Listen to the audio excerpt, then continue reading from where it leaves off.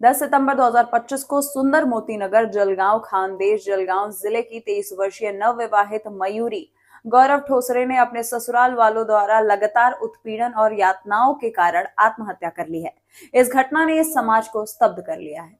ये उसकी आत्महत्या नहीं बल्कि उसके ससुराल वालों द्वारा उसकी हत्या है। ये शर्मनाक बात है कि उच्च शिक्षित युवती के विवाह के मात्र 4 महीने बाद ही ऐसी क्रूर घटना घटी है। दहेज प्रथा और महिलाओं का उत्पीड़न हमारे समाज की प्रगति में बाधक है। इस मामले के आरोपियों को गिरफ्तार कर लिया गया है और सभी संबंधित आरोपियों के खिलाफ सख्त कार्रवाई की जानी चाहिए।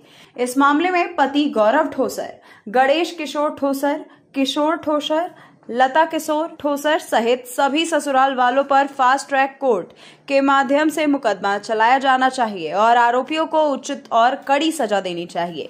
विनम्र निवेदन है कि किसी भी आरोपी को जमानत न दी जाए। राज्य सरकार ऐसी अमानवीय घटनाओं को रोकने के लिए जागरूकता अभियान चलाए। समाज की ओर से हमारी यही मांग है। आपल्या मयुरी ताईच्या न्याय हक्कासाठी तिच्यावर जो अन्याय झाला त्यासाठी आपण एकत्रित जमलो आहोत।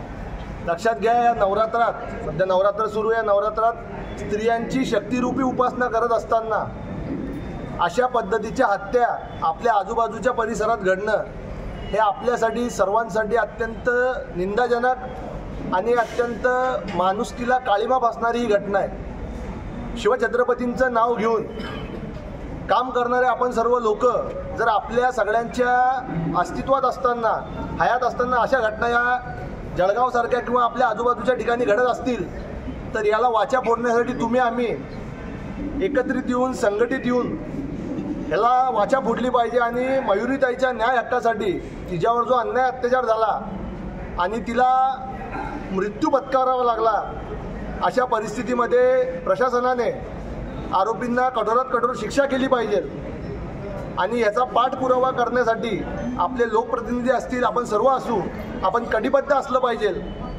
अशा स्वरूपाचं निवेदन आज आपण एडीओ साहेबांना दिलेलं आहे। आणि या घटनेचा करावा तेवढा निषेध थोडा आहे तरी सुद्धा आपण इथून पुढे सुद्धा आजचा विषय म्हणजे बुझती है आग दिल की प्यारो न भूल जाना, म्हणजे आज जमलो एकत्रित पण इथून पुढे याचा पाठपुरावाही झाला पाहिजे। यासाठी आपण सर्व जातपात विसरून सोनार समाजाच्या मागे दोन्ही हात करून मजबूतीने उभं राहिलं पाहिजे अशा पद्धतीची मागणी आज मी इथं करतो आहे सर्व सोनार समाजाच्या वतीने। धन्यवाद। जी मीडिया टुडे के लिए मलकापुर से अनिल कुमार गोठी की रिपोर्ट। फिलहाल इस खबर में इतना ही। बने रहिए हमारे साथ, देखते रहिए जी मीडिया टुडे। नमस्कार।